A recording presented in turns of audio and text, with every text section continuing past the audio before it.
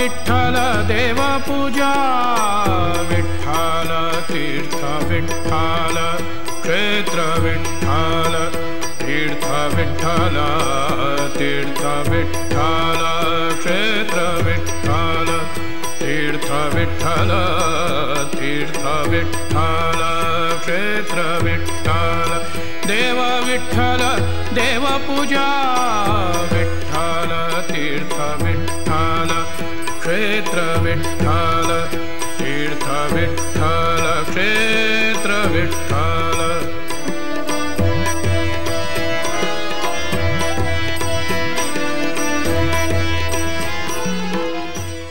रामकृष्ण हरी। मागच्या भागामध्ये माझ्यासोबत हरिभक्त परायण सुधाकर महाराज इंगळे होते, त्यांना विनंती केली होती, आत्ताही ते माझ्यासोबत आहेत। आपण चर्चा करणार आहोत वारीची, पंढरीच्या वारीची, पांडुरंगाची आणि त्यासोबत असलेल्या सगळ्या इत्तमभूत माहितीची। तर दर्शक हो, तीर्थ विठ्ठल क्षेत्र विठ्ठल या कार्यक्रमामध्ये मी पुन्हा एकदा आपलं स्वागत करतो आणि चर्चेला सुरुवात करतो। महाराज पुन्हा एकदा आपलं खूप खूप स्वागत। रामकृष्ण हरी। महाराज, हे भागवत धर्म किंवा हा पताका असं म्हटलं जातं, किंवा टाळ मृदुंग आणि त्यासोबत असलेल्या म्हणजे वारी सोबत असलेले ते तुळशीचे डोक्यावरून घेतलेल्या त्या सगळ्या महिला वर्ग आणि त्याचबरोबर तुळशीची माळ, बुक्का, हे सगळं सगळं सगळं लोकांपर्यंत येतं, ते नक्की काय महाराज? थोडक्यात विश्लेषण आमच्या दर्शकांसाठी। वारकरी संप्रदायामध्ये खांद्यावर घेतलेली जी पताका आहे, त्या पताकाला खूप मोठं मोल आहे। अच्छा। ज्ञानोबरायांनी एका अभंगामध्ये त्याचं वर्णन केलेलं आहे। पाहे पा ध्वजेचे चिरगूट राया जतन करिता कष्ट। राया शब्दाचा अर्थ राजा। राजा हा आपल्या राज्याची ध्वजा सांभाळण्यासाठी प्राणाची आहुती द्यायला तयार होतो, पण चिरगुटा एवढं ते कापड वस्त्र जर ते ध्वजा रूपानं जर समोर आलं तर त्याच्यासाठी प्राण द्यायला तयार होतो।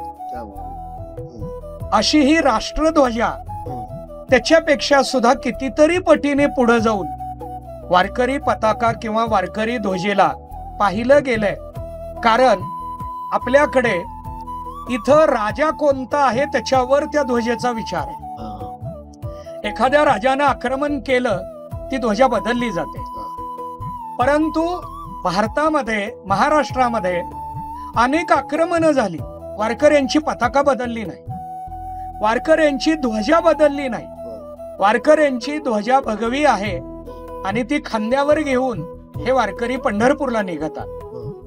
या ध्वजेला सांभाळण्यासाठी, ही पताका सांभाळण्यासाठी राजा जशी सगळी शक्ती, शौर्य, पराक्रम हे सगळं प्राणपणाला लावून त्या ध्वजेसाठी तो समर्पण करतो, तसा वारकरी आपलं जीवन, आपले विचार, आपल्याकडे असलेली शक्ती हे सगळं त्या ध्वजेला अर्पण करतो आणि ती ध्वजा खांद्यावर घेऊन नामस्मरणामध्ये भजन करत पंढरपूरला पायी चालत जातो। महाराज, तुम्ही म्हणताय ते अगदी योग्य आहे। मग भागवत धर्म काय नक्की? मग भागवत धर्माची पताका असं म्हटलं जातं, नक्की काय महाराज? या भागवत धर्म या शब्दामध्ये अर्थ असा स्वीकारलेला आहे की याच्यामध्ये चालत आलेला जो धर्म आहे, या चालत आलेल्या म्हणजेच वारकरी संप्रदायातल्या याच्यामध्ये सर्व समुच्चय आहे। एका विशिष्ट पंथाचा विचार करणारा संप्रदाय आणि धर्म वेगळा, आणि सर्व पंथाचा विचार करणारा धर्म वेगळा। आपल्याकडे असं म्हटलं जातं की धर्म बदलला ध्वजा बदलते, धर्म बदलला नियम सिद्धांत बदलतात, पण भागवत धर्मामध्ये पंथ अनेक आहेत पण ध्वजा एकच आहे। बघा, भागवत धर्माचा जर विचार मांडायचा झाला तर मी आपल्याला सांगू इच्छितो ते म्हणजे ज्ञानेश्वर महाराज हे नाथपंथी आहेत। त्यांची परंपरा सांगितली जाते, आदिनाथ गुरु सकळ सिद्धांचा मच्छिंद्र तयाचा मुख्य शिष्य। आदिनाथापासून ज्ञानोबरायांपर्यंत परंपरा चालत आली, म्हणजे ज्ञानेश्वर महाराज आहेत ते नाथपंथी आहेत। यानंतर एकनाथ महाराज आहेत ते दत्त संप्रदायाचे आहेत। एकनाथ महाराजांचे जे गुरु आहेत जनार्दन स्वामी महाराज, त्यांना भगवान दत्तात्रयांचा साक्षात्कार होता। या बाबतीमध्ये असं सांगितलं जातं की एकनाथ महाराजांना सुद्धा दत्तात्रयांचा साक्षात्कार, पण तरी त्यांनी वारकरी संप्रदाय स्वीकारला आणि वारकरी संप्रदायाचंच वाङ्मय पुढे घेऊन जाण्यासाठी त्यांनी आयुष्यभर प्रयत्न केले. ज्ञानोबाराय, एकनाथ महाराज, तसे तुकाराम महाराजांचा संप्रदाय चैतन्य संप्रदाय. म्हणजे हे प्रत्येक संत वेगळ्या पंथाकडून आले, वारकऱ्यात मिसळले, ते वारकरीच झाले. जसं समुद्राला सगळ्या नद्या येऊन मिळतात, अनेक नद्या आहेत, गंगा नदी आहे, यमुना नदी आहे, सरस्वती नदी आहे, आपल्याकडे गोदावरी नदी आहे, भीमा नदी आहे, कृष्णा नदी आहे. नद्यांची नावं अनेक आहेत. बरोबर. या प्रत्येक नदीचा शेवट कुठे असं जर विचारलं आपण तर एकच उत्तर मिळतं, सागराला जाऊन या नद्या मिळतात. गंगा नदी जिथं जाऊन मिळते त्या स्थानाला आता सुद्धा गंगा सागर असं नाव पडलं त्या स्थानाला. या पद्धतीने नदी जशी सागराला मिळते तसे महाराष्ट्र आणि भारतातले सगळे पंथ जिथं मिळतात त्याला भागवत धर्म म्हटलं.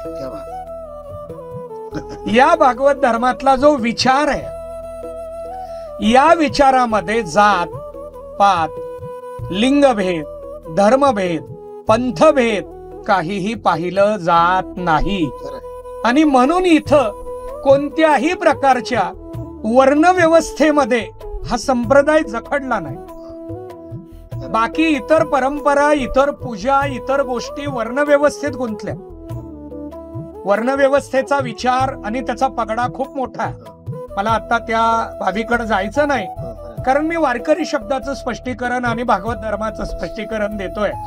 यामध्ये वर्णव्यवस्थेला सुद्धा बाजूला ठेवणारा धर्म म्हणजे भागवत धर्म. आणि म्हणून भागवत धर्म हा पिढ्यानपिढ्या सांभाळला गेला. आज सुद्धा पंढरपूरमध्ये नामदेव महाराजांचं मंदिर आहे. या नामदेव महाराजांच्या मंदिरामध्ये भक्त शिरोमणी नामदेव महाराजांचे 17वी वंशज आता आहेत. म्हणजे 17वी पिढी या भागवत धर्मातली, भागवत धर्म सांभाळून या वारकरी संप्रदायातल्या वाङ्मयाला, विचाराला समाजात देण्यासाठी आयुष्य समर्पण करणारी पिढी आता पंढरपुरात पाहायला मिळते. हा वारकरी संप्रदाय, हा भागवत धर्म आहे. आणि म्हणून भागवत धर्म हा विलक्षण या भूमिकेतून सांगितला गेला. भागवत धर्माविषयी खूप छान विश्लेषण आपण केलेलं आहे. जरी वेगवेगळे त्यामध्ये पंथ असले तरी मात्र प्रवाह हा समुद्रातच जाणार आहे. तसा या भक्ती मार्गात जाणारा हा सगळा प्रवाह. त्याचबरोबर महाराज जी आपण बोलतोय त्याचे क्षणचित्र काही आपल्याकडे आहेत, ते आपण दर्शकांना दाखवूयात आणि परत चर्चेसाठी येऊयात. तीर्थ विठ्ठल क्षेत्र विठ्ठल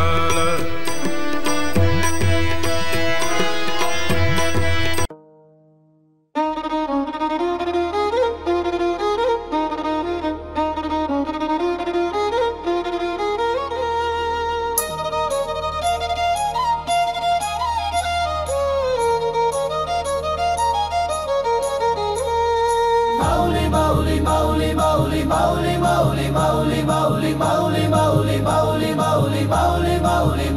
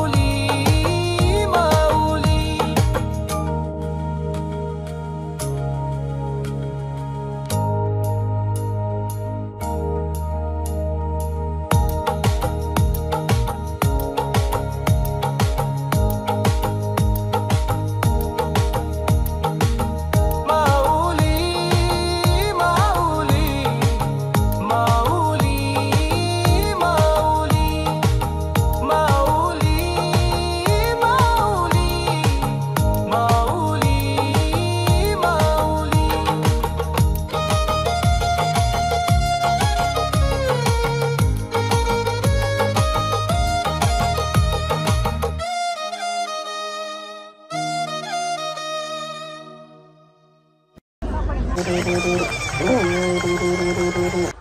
त्यांनी देवाच्या समोरून घेऊन जावी. उद्या सकाळी 6 वाजता निघायचं आहे. आरती ज्ञानराजा कैवल्यरेजा देवती साधू संत म्हणून वेदिला माझा आरती ज्ञानराजा नकले ज्ञानजोगी इतर नवराती कोणी अवतार पांडुरंग नाव ठेविले ज्ञानी आरती ज्ञानराजा कैवल्यरेजा देवती साधू संत म्हणून वेदिला माझा आरती ज्ञानराजा जगत गुह्य बोले विश्व ब्रह्माची केले नाम जगातानी काही मस्तक घडले आरती ज्ञानराजा कैवल्यरेजा देवती साधू संत म्हणून वेदिला माझा आरती ज्ञानराजा प्रपंच रचना सर्वही भोगून द्यावी. अनुतापाचे द्वारे दैव बुद्धीवरिले वैराग्याची निष्ठा प्रगटुनि दाखविली. अहंता ममता दौडुनि निज शांतीवरिली. जय जयाचे सद्गुरु तुकया दातारा तारक तू सकळांचा जीवलग सोयरा. जय देव जय देव. हरिभक्तीचा महिमा विशेष वाढविला. निरद्दी ज्ञानाचा ठेवा उघडून दाखविला. जगदोद्धारा लागे उपाय सुचविला. निंदक दुर्जनांचा संत निरसिला. जय जयाची सद्गुरु तुकया दातारा तारक तू सकळांचा जीवलग सोयरा. जय देव जय देव. 13 दिवस भयारक्षुनिया उदकी कोरड्याची काढून रत्न तुल्या शेकी. अपार कविता शक्ती मिरवणी इहलोकी. कीर्तन श्रवणे तुमच्या उद्धरते जनलोकी. जय जयाची सद्गुरु तुकया दातारा तारक तू सकळांचा जीवलग सोयरा. जय देव जय देव. बाळवेश घेऊन श्री हरी भेटला. विदिता जनिता तुझी आठवा दिगला. तेने ब्रह्मानंदे प्रेमा डोलविला. न तुके म्हणणी तुका नाम गौरविला. जय जयाजी सद्गुरु तुकया दातारा तारक तू सकळांचा जीवलग सोयरा. जय देव जय देव. प्रयाण काळी देवे विमान पाठविले. कलिता काळा माझी अद्भुतावर विदिता जनिता तुझी आठवा दिगला. ब्रह्मानंदे प्रेमा डोलविला. तुके जय जया दातारा तारक तू सकळांचा जीवलग सोयरा. जय देव जय देव. तीर्थ विठ्ठल क्षेत्र विठ्ठल.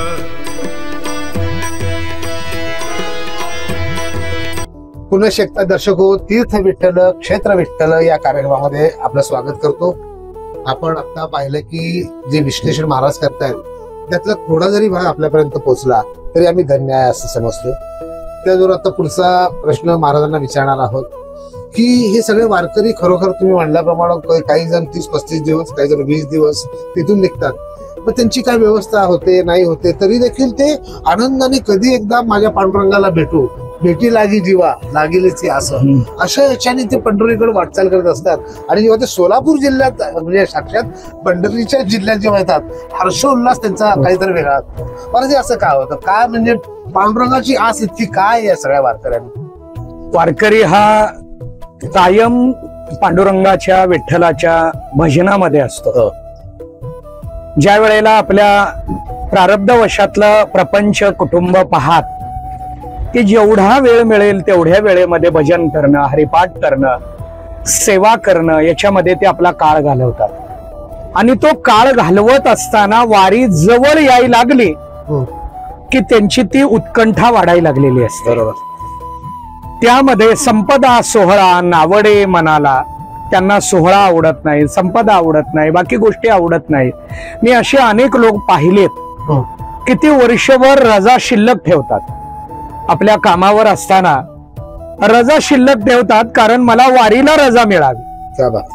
वर्षभरात इतर ठिकाणी जायला ते स्वतः तयार होत नाहीत कारण माझी रजा खर्ची पडेल. माझी रजा फक्त वारीला मला मिळावी, या विचारामध्ये त्यांची ती उत्कंठा वाढत गेलेली असते. आणि चालत एकदा निघाल्यानंतर त्यांच्या मनामध्ये एकच असतं, कै एकादशी आषाढी ये. एकादशी केव्हा येणार आहे, दशमी केव्हा येणार आहे, मला दशमीला पंढरपूरमध्ये प्रवेश करायचा आहे.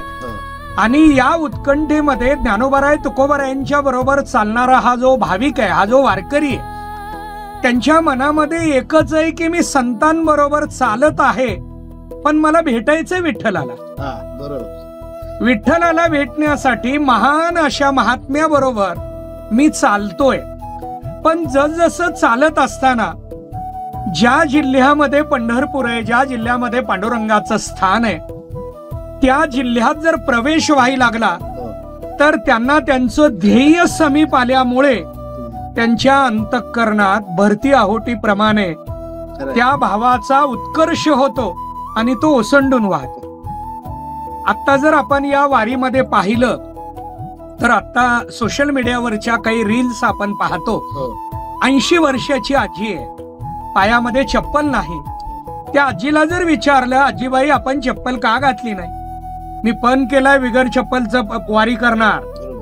बर, आजी 80 वर्षाच्या पुढची असताना सुद्धा तिला जर विचारलं की तुम्हाला थकवा, माझा पांडुरंग घेऊन जातोय, मला थकवा कशाला येणार आहे, म्हणजे पांडुरंग परमात्मा मला घेऊन जातोय ही आस घेऊन निघालेली ही आजी. आणि तिला जर लक्षात आलं की आपण पांडुरंगाच्या आता जिल्ह्यात प्रवेश करतोय, त्यांचा भाव आणखीन वाढतो आणि मग त्यांच्या चालण्याला एक ऊर्जा मिळते. आणि त्या ऊर्जेचं रूपांतर गतीमध्ये केव्हा होतं त्या वारकऱ्याला सुद्धा लक्षात येत नाही. आणि म्हणून या माध्यमातून पुढं आपल्या समोर काही वारकरी परंपरा पाहायला मिळतात. त्यातला एक भाग म्हणजे धावा. सर, महाराज आपण धावावर बोलणार आहोत, धावावर बोलणार आहोत, रिंगणवर बोलणार आहोत. गोल रिंगण, उभं रिंगण, अश्वानी गेलेलं रिंगण, तुम्ही स्वतः इथं रिंगणाचं आयोजन करता, याबद्दल बोलणार आहोत. तर मला एक असं जाणवलं आहे की या पंथामध्ये किंवा या वारकऱ्यांमध्ये किंवा या ह्याच्यामध्ये नामस्मरणाला खूप महत्व आहे. नामस्मरणाचं म्हणजे अखंड नामस्मरण त्यांच्या मुखात असतं. रामकृष्ण हरी असेल किंवा जे आहे, इतकं महत्व नामस्मरणाला का दिलं गेलं आहे महाराज? याच्या मागचा हेतू असा आहे, बघा आपल्याला कर्म करायचं आहे. बरोबर. आता या ठिकाणी आपले कॅमेरामन व्हिडिओ शूटिंग काढतायत, आपल्या नावेचं नियंत्रण करतायत, म्हणजेच हे व्हिडिओ शूटिंग काढणं हे त्यांचं कर्म आहे. बरोबर. पण तुमच्या संगतीमुळे यांनी विचार केला की आपला काढलेला व्हिडिओ वेगळा व्हावा, म्हणून त्यांच्या मनात ऊर्जा आली आणि त्यांनी होडीचं नियंत्रण चालू केलं. होडीचं नियंत्रण करत असताना सुद्धा त्यांना त्या व्हिडिओतला आपण केलेलं कर्म चांगलं व्हावं याचा त्यांचा अट्टाहास चालू झाला. व्हिडिओ काढणं ही त्यांची ड्युटी आहे, पण व्हिडिओ चांगला निघावा हा त्यांच्या मनातला जो भाव आहे, हा भाव चांगला होण्यासाठी म्हणजे शास्त्रामध्ये याला सात्विकता म्हणतात. आणि ही सात्विकता जर निर्माण व्हायची असेल तर त्याला नामस्मरणाशिवाय पर्याय नाही, असं सगळ्या संतांनी सांगितलंय. म्हणजे आता आपण पाहतो एक गाडी 10 लाखाची आहे, एखादी 4 व्हीलर 10 लाखाची आहे, काही 4 व्हीलर 50 लाखाची आहेत. मला पण प्रश्न निर्माण होतो, त्यालाही 4 चाक आहे, त्यालाही 4 चाक आहेत, त्याला 10 लाख आहे, त्याला 50 लाख आहेत, असं काय वेगळे पण आहे. सगळ्यात महत्वाचं याची स्ट्रेंथ आणि त्याची स्ट्रेंथ हा यातला महत्वाचा फरक आहे. हा जो फरक आहे तसा माणसांमध्ये सुद्धा आरोग्याच्या बाबतीतला स्ट्रेंथ आपण विचारात घेतो.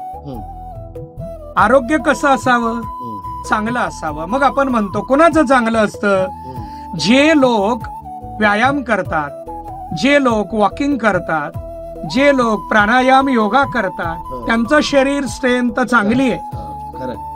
जसं शरीर चांगलं असावं तसं मन चांगलं असावं. ज्याचं मन चांगलं आहे त्याचं जगणं चांगलं होतं. हा जीवनातला सूत्राचा किंवा महत्वाचा विचार, हे सूत्र आहे. ज्याचं मन चांगलं आहे, चांगलं मन म्हणजे काय, शुद्ध विचार. मग शुद्ध विचार निर्माण व्हायला लागणारी बैठक कशाने निर्माण होते, शास्त्र सांगतं इतर धडपड करण्यापेक्षा नामस्मरण करा. म्हणून नामस्मरणाला आपल्याकडे मोल आहे. आणि हे नामस्मरण एकट्याने करत असताना वेगवेगळे विचार मनामध्ये येतात आणि नामस्मरणापासून आपण बाजूला जातो. आता तुम्ही मला इथं चांगल्या निसर्गाच्या वातावरणात बोलायला आणलेलं आहे. वारीचा नदीतला सुद्धा अनुभव या ठिकाणी आपण देताय. मग इथं बोलत असताना निसर्गाकडे लक्ष जाणं, बोलणं हा इथला महत्वाचा आपल्या मुलाखतीतला भाग आहे. पण आनंद कशाचा घेतोय आपण? निसर्गाचा सुद्धा. तसं एकट्याने नामस्मरण करत असताना मन विचलित होऊ शकतं. म्हणून सत्संगातलं नामस्मरण असावं याच्यासाठी वारीची प्रथा आहे. खूप अतिशय सुंदररित्या महाराजांनी विश्लेषण केलेलं आहे. म्हणजे तुमचं उदाहरण पण दिलेलं आहे, म्हणजे कॅमेरामॅनला बोलतोय, आणि बाकी निसर्गाचंही उदाहरण दिलेलं आहे. तर महाराज या ठिकाणी आपण आलात. आता आपण काही क्षणचित्र या ठिकाणी पाहणार आहोत पालखी वारीतली. आणि तीर्थ विठ्ठल क्षेत्र विठ्ठल हा कार्यक्रम असाच चालत राहो. गेल्या अनेक वर्षापासून आपण सहकार्य करताय आणि हे करण्यामागचा तुमचा उद्देशही मला माहिती आहे की हे सगळं घरोघरी पोहोचावं, सगळ्यांपर्यंत चांगले संस्कार पोहोचावेत, हा एकमेव उद्देशाने तुम्ही आम्हाला सहकार्य करताय. मी तुमचा खूप आभारी आहे. आपण या ठिकाणी थांबू. रामकृष्ण. धन्यवाद.